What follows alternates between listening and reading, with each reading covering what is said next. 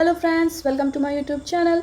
आज मैं लाई हूँ आपके लिए एक नई वीडियो और इस बार का टॉपिक हमारा है साइकोलॉजी से। इस वीडियो में हम डिस्कस करेंगे आपके इंपॉर्टेंट क्वेश्चन जो आपके प्रीवियस ईयर में आ चुके हैं और जो आपके अपकमिंग एग्जाम जैसे आपका ESIC, RRB, DSSB, SGPGI और बाकी सभी कॉम्पिटिटिव एग्जाम में बहुत इफेक्टिव होने वाला है। तो चलिए स्टार्ट करते हैं अपनी video one by one question के साथ। क्वेश्चन नंबर 1 है हमारा, the sum total of behaviour of an individual is known as. तो यहाँ पे राइट आंसर होगा आपका साइकोलॉजी। एक पर्सन के पूरे बिहेवियर का जो एक टोटल या कह सकते हैं एक पर्सन का जो हमें बिहेवियर दिखता है उसे हम क्या कहते हैं, तो यहाँ राइट ऑप्शन होगा साइकोलॉजी। देखते हैं अपना next question. Psychology is a natural science, physical science, biological science या सोशल साइंस।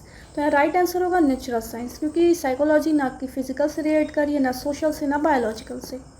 थोड़ा यहाँ पे दिया गया hint, psychology has an important relationship with both biological and social science. It may be considered as link between these two science. जो psychology वो आपके biological और सोशल साइंस दोनों को कनेक्ट करने का काम करती है, इसीलिए यहाँ पे हम नेचुरल साइंस को चूज़ करेंगे। क्वेश्चन नंबर 3 है यहाँ पे, psychology as a science of mind defined by. ये जो आपका स्टेटमेंट है, साइंस ऑफ माइंड साइकोलॉजी को कहा जाता है, ये कैसे डिफाइंड हुआ? तो यहाँ राइट आंसर होगा आपका फंक्शनलिस्ट। ये फंक्शनलिस्ट थे जिनका नाम था John डेवरी, William James.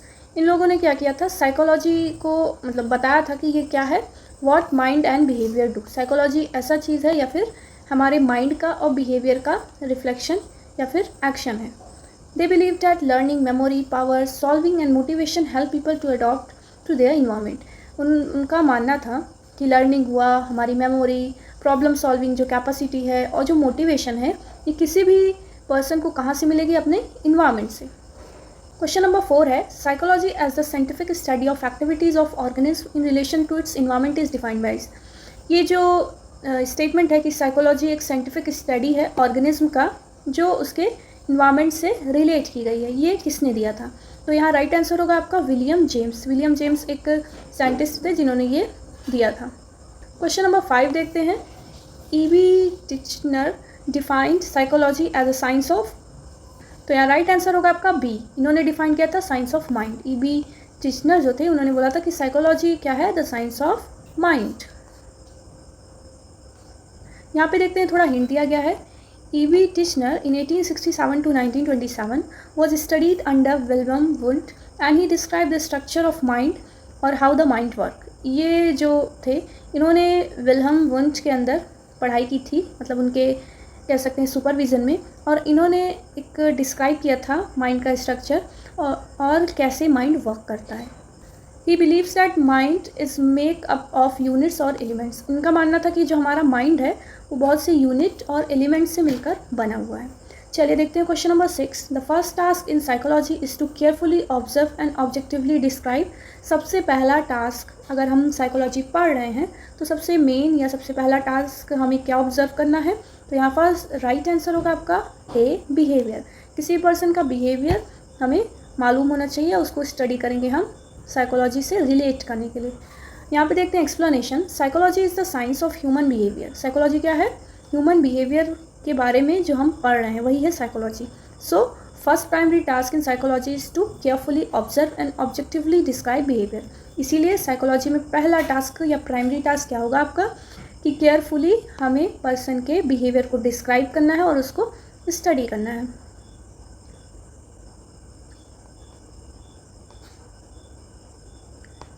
Question number 7 है, the branch of psychology that deals with the group of behaviour and interrelationship of people. Branch की साइकोलॉजी की ऐसी ब्रांच जिसमें लोगों के बिहेवियर और उनके बीच जो इंटर रिलेशनशिप हो रही है उसके बारे में पढ़ा जाता है। तो यहाँ पे राइट आंसर होगा आपका social psychology. There are many branch of pure psychology. Example, जैसे देखिए यहाँ पे बहुत सी ब्रांच होती है अगर साइकोलॉजी की बात करें तो, जैसे general psychology, abnormal psychology, social psychology, parapsychology, geopsychology, developmental psychology and experimental psychology. The branch of psychology that deals with the group behaviour and interrelationship of people with other people are called social psychology. जो हमने पहले पढ़ा कि branch psychology की ऐसी branch जिसमें हम एक ग्रुप के बिहेवियर, उनके इंटर रिलेशनशिप मतलब एक दूसरे से क्या रिलेशनशिप है, इसके बारे में पढ़ते हैं, वही होगा हमारा सोशल साइकोलॉजी। चलिए चलते हैं अपने नेक्स्ट क्वेश्चन की तरफ। क्वेश्चन नंबर 8 है social psychology deals with, social psychology किससे डील करता है आपका? अभी हमने ऊपर पढ़ा सोशल साइकोलॉजी आपका क्या है, ह्यूमन बिहेवियर से डील करता है कि किसी भी ह्यूमन का बिहेवियर कैसा होने वाला है या कैसा है, या उसके बारे में हम पढ़ते हैं। 9 क्वेश्चन है abnormal psychology is mainly the study of, ये जो एबनॉर्मल साइकोलॉजी होता है वो किस चीज़ से या उसमें हम किस चीज़ की स्टडी करते हैं? तो ऑप्शंस में एक बार देखते हैं, normality of mind, unconscious level of mind, subconscious level of mind या एबनॉर्मलिटी ऑफ माइंड। यहाँ पे बात हो रही है एबनॉर्मल साइकोलॉजी की, तो राइट आंसर क्या होगा, एबनॉर्मलिटी ऑफ माइंड, मतलब माइंड में या फंक्शनिंग में क्या क्या एबनॉर्मलिटीज़ आ रही हैं उसके बारे में हम एबनॉर्मल साइकोलॉजी में पढ़ते हैं।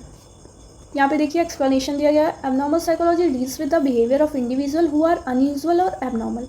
एबनॉर्मल साइकोलॉजी ऐसे बिहेवियर के बारे में मतलब पढ़ाती है या बताती है किसी भी पर्सन के, अगर उसका बिहेवियर अनयूजुअल मतलब दूसरों से अलग या डिफरेंट हो या कोई अबनॉर्मलिटी हो।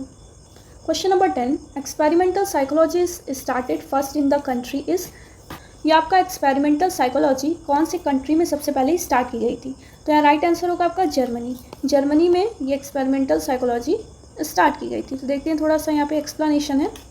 First time Wilhelm Wundt open an institution for experimental psychology in 1879 in Leipzig Germany, so is called father of psychology. हम फादर ऑफ साइकोलॉजी किसे कहते हैं? विल्हेम वुंट को, क्योंकि उन्होंने ही सबसे पहले एक इंस्टीट्यूशन ओपन किया था एक्सपेरिमेंटल साइकोलॉजी के लिए लिप्जिंग जर्मनी में। क्वेश्चन नंबर 11 है who is known as father of psychology. अभी जस्ट हमने ऊपर पढ़ा कि फादर ऑफ साइकोलॉजी किसको कहेंगे हम? विल्हेम वुंट को। तो राइट आंसर होगा डी। क्वेश्चन नंबर 12 है फाउंडर ऑफ मॉडर्न साइकोलॉजी। तो यहाँ राइट आंसर होगा सिगमंड फ्रूड। सिगमंड फ्रूड को हम फादर ऑफ मॉडर्न साइकोलॉजी भी कहते हैं। यहाँ पे देखते हैं थोड़ा explanation. Sigmund Freud is known as founder of modern psychology based on his theory concept of psychoanalysis. इनको फादर ऑफ मॉडर्न साइकोलॉजी क्यों कहा गया? क्योंकि इन्होंने एक बहुत ही इंपॉर्टेंट थ्योरी दिया था जो था आपका concept of psychoanalysis. He believes that what we do and think are expression of unconscious urge और ड्राइव। उनका क्या मानना था कि जो भी हम करते हैं या जो भी हम सोचते हैं वो कहाँ से आ रहा है? हमारे एक अनकॉन्शियस अर्ज या इच्छा से या ड्राइव से। Question number 13 a pattern of adjustment followed by an individual to relieve anxiety is known as.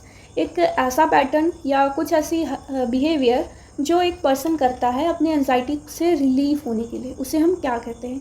तो यहाँ राइट आंसर होगा डिफेंस मैकेनिज्म। कुछ ऐसी डिफेंस मैकेनिज्म होती हैं जो हम अपने स्ट्रेस को इग्नोर करने के लिए या उसको सॉल्व आउट करने के लिए या उससे अलग होने के लिए करते हैं। क्वेश्चन नंबर 14 है psychological mechanism that reduce anxiety arising from unacceptable और potentially harmful stimuli the nurse determines that this is use of. तो यहाँ पे भी राइट आंसर आपका क्या होगा? Defence mechanism. डिफेंस मैकेनिज्म क्या होगी? आपको किसी भी हार्मफुल स्टिमुलाई या कोई अनएक्सेप्टेबल बिहेवियर या एंजाइटी से बचाने, दूर रखने या उनको अवॉइड करने के लिए हेल्पफुल होगी। क्वेश्चन नंबर 15 है a person who deliberately pretends an illness is usually thought to be. एक पर्सन है जो ये दिखा रहा है कि उसको कोई इलनेस है, तो यहाँ पे राइट आंसर होगा मेलिंगरिंग करते हैं उसको, मेलिंगरिंग। तो देखते हैं यहाँ पे मेलिंगरिंग के बारे में दिया गया हुआ है। मेलिंगर means deliberately pretending illness, usually to arouse sympathy, to escape work or to continue to receive compensation. मेलिंगर क्या है कि बार बार ये दिखाना कि इलनेस है या कोई बीमारी है, किस लिए? जैसे उनको सिंपैथी मिल सके, अपने काम से वो बच सके या फिर कोई भी कंपनसेशन उनको मिलता रहे, इसलिए वो ऐसा प्रिटेंड करते हैं। In conversation defences mechanism strong emotional conflict are repressed and which expressed through physical symptoms unconsciously non-fleetingly। जो डिफरेंस मैकेनिज्म की अगर हम बात करें तो उसमें क्या होता है कि आदमी अपने आप को बचाने की या किसी भी एंजाइटी कॉजिंग एजेंट को या स्टिमुलस को अवॉइड करने की कोशिश तो करता है, पर वो खुद से उसका एक्सप्रेशन होता है या खुद एक्सप्रेस होता है, ना कि उसका कोई प्रिटेंड या वो खुद से जानबूझ के नहीं करता है। तो ये डिफरेंस है आपका मेलिंगर और डिफेंस मैकेनिज्म वाले बिहेवियर में। The defence mechanism in which emotional conflicts are express through motor sensory और somatic disability is defined as. ऐसा डिफेंस मैकेनिज्म जिसमें इमोशनल कोई दिक्कत कोई भी मोटर सेंसरी या सोमैटिक डिसेबिलिटी से दिखाया जाए उसको हम क्या कहते हैं? तो यहाँ राइट आंसर होगा कन्वर्जन एक ऐसा डिफेंस मैकेनिज्म है जिससे ये हम देख सकते हैं। क्वेश्चन नंबर 17 है, सेपरेशन ऑफ अ थॉट और memory from its associated feeling और इमोशन इज़ नोन एज। अपने थॉट या मेमोरी को किसी भी इमोशन से या किसी भी फीलिंग से अलग किया जाए या अलग करने की कोशिश किया जाए, उसको हम क्या कहते हैं? तो यहाँ होगा आइसोलेशन। आइसोलेशन करना मतलब कोई ऐसा थॉट या मेमोरी जिसकी वजह से हमें दिक्कत या एंजाइटी हो रही है, तो उससे हम अपने आप को अलग करने की कोशिश करेंगे, इसी को कहेंगे हम आइसोलेशन। यहाँ पे देखिए एक्सप्लेनेशन दिया गया है, attempts to avoid a painful thought और feeling by emotionally detaching from the feeling called isolation. कुछ ऐसे अटेम्प्ट जिससे हम पेनफुल थॉट या फीलिंग को अपने आप से अलग करने की कोशिश करेंगे, उसी को हम कहेंगे आइसोलेशन। क्वेश्चन नंबर 18 है, unattractive man select expensive stylish cloth to draw attention to himself, the defence mechanism exemplified here is. जब एक ज़्यादा अच्छा ना दिखने वाला आदमी क्या करेगा, एक स्टाइलिश क्लोथ चूज़ करेगा और अपने आप को थोड़ा एक्सपेंसिव कपड़े पहनेगा या चीज़ें पहनेगा अटेंशन के लिए, तो उस डिफेंस मैकेनिज्म को हम क्या कहेंगे?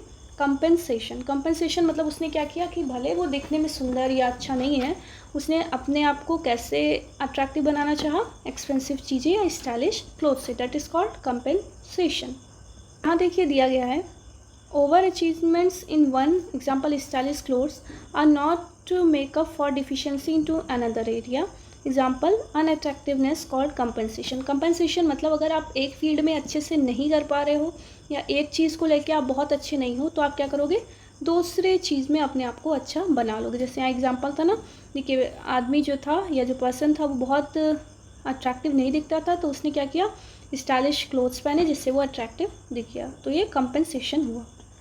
क्वेश्चन नंबर 19 है, a defence mechanism in which original goals और desires are substituted by others is called.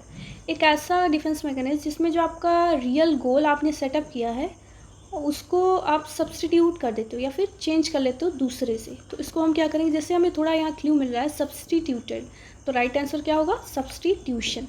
यहाँ पे एक चीज़ को दूसरे से सब्सटीट्यूट या बदला जा रहा है।